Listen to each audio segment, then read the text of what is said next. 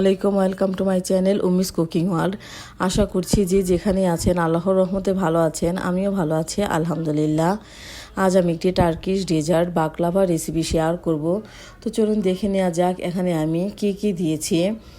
আমি প্রথমে 100 গ্রাম পেস্তা বাদাম হালকা করে ভেজে ব্লেন্ডারে গুঁড়ো করে নিয়েছি। এটা খুব বেশি গুঁড়ো করতে হবে না। আমি এখানে ফিলো পেস্ট্রি শিট ব্যবহার করেছি। এটা যে কোনো সুপার শপে পাওয়া যাবে। সমোচার যে শিটটা সেটা দিয়েই বানিয়েছি। তো প্রথমে আমি পেস্ট্রি শিটটা দুভাগ করে নিয়েছি সমান করে। এরপর একটি বেকিং ট্রেতে আমি খুব ভালো করে বাটার লাগিয়ে নিয়েছি। এখানে আমি প্রায় 200 গ্রাম বাটার লেগেছে আমার পুরো রেসিপিটা তৈরি করতে। তো বাটারটা আমি একটু হালকা গলিয়ে তারপর ব্যবহার করেছি। পেস্ট্রি শিট প্রথমে একটি বিছিয়ে এর উপর আরেকটি পেস্ট্রি শিট দিয়ে তারপর আমি খুব ভালো করে বাটার ব্রাশ করেছি। দেখতেই পাচ্ছেন আমি কিভাবে বাটারটা দিয়েছি। খুব ভালো করে বাটারটা দিতে হবে, বাটারটা পরিমাণ একটু বেশিই দিতে হবে।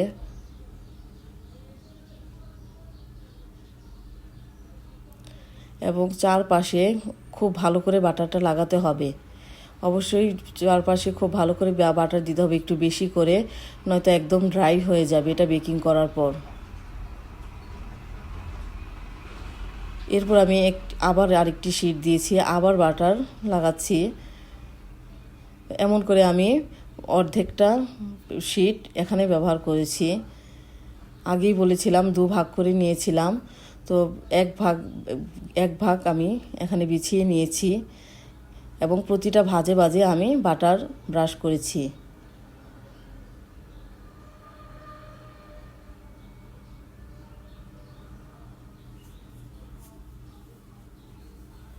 তো এখানে অর্ধেকটার মতো আমার শিট বিছানো হয়েছে। এখন আমি বাদামটা দিয়ে দিব।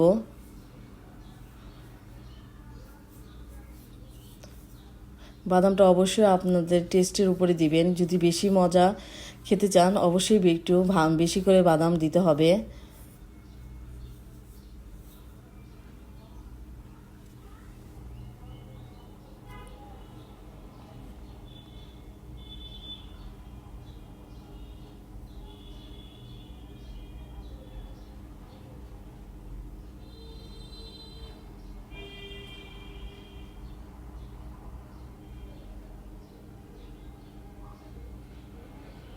বাদামটাকেও আমি দুভাগ করে নিয়েছিলাম এবং এক ভাগ পুরোটাই আমি এখানে দিয়ে দিয়েছি।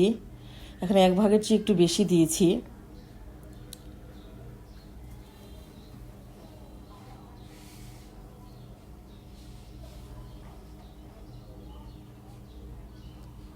এখন এটার উপর আমি বাকি যে অর্ধেক শিট রেখেছিলাম সেটা দিয়ে দিচ্ছি এবং সেই আগের মতোই একটি একটি করে শিট বিছিয়ে উপরে ভালো করে বাটার ব্রাশ করে দিতে হবে।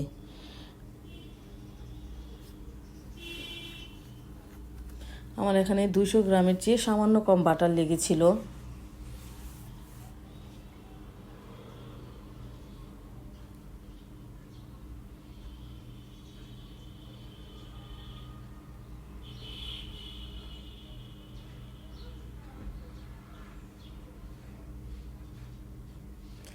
তো বাটারটা দেওয়ার সময় আস্তে আস্তে যখন জমে যায় আমি আবার ওভেনে একটু 30 সেকেন্ডের মতো দিয়ে গলিয়ে আবার বাটারটা ব্রাশ করেছি।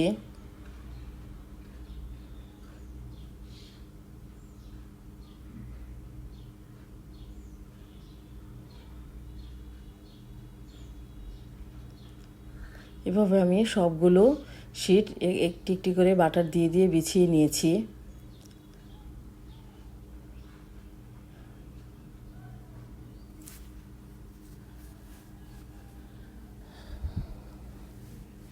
অবশ্যই খেয়াল রাখতে হবে এটি চারপাশে খুব ভালো করে বাটার দিতে হবে, নয়তো বেকিং করার পর একদম ড্রাই হয়ে যাবে এবং খেতে ভালো লাগবে না।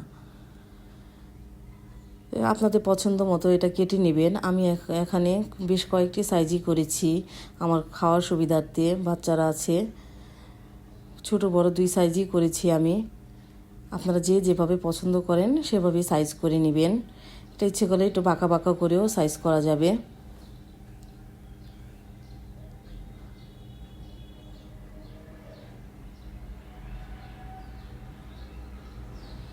এটার মাঝখানে আমি একটু ছুরি দিয়ে দিয়ে কেটে দিচ্ছি, যেন যখন চিনির শিরাটা দিব এটা যেন একটু ভালোভাবে ভিতরে ঢুকে।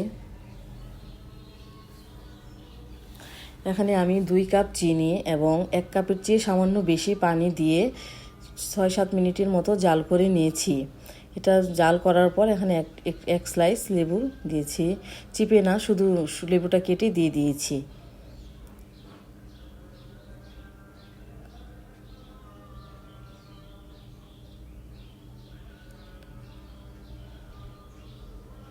একটু আঙ্গুলে নিয়ে একটু লাগিয়ে দেখলাম যে হালকা একটু আঠালো ভাব এসেছে।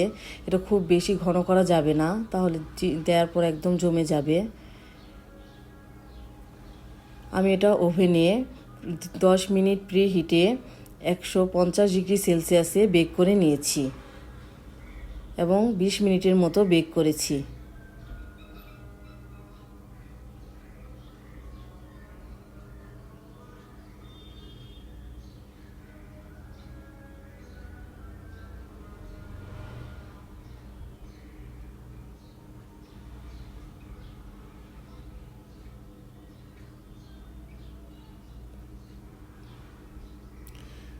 চিনি শিরাটা আমি এটার উপরে খুব ভালোভাবে দিয়ে দিলাম। চারপাশে খুব ভালোভাবে শিরাটা ছিটিয়ে দিতে হবে, যেন সব জায়গায় চিনি শিরাটা যায়। এখন বাকি যেই বাদামটুকু ছিল আমি এটা উপরে দিয়ে দিব।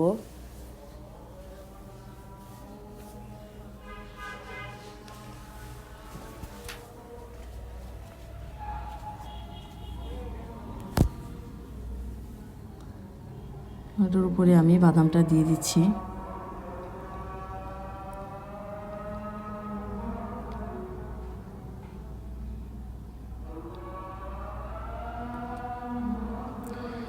এই হলো আমার বাকলাভা রেসিপি। আপনাদের যদি ভালো লেগে থাকে অবশ্যই ট্রাই করবেন এবং আমাকে জানাবেন কেমন হয়েছে। আজকের মতো এখানেই বিদায় নিচ্ছে। আমার জন্য দোয়া করবেন। সবাই খুব বেশি ভালো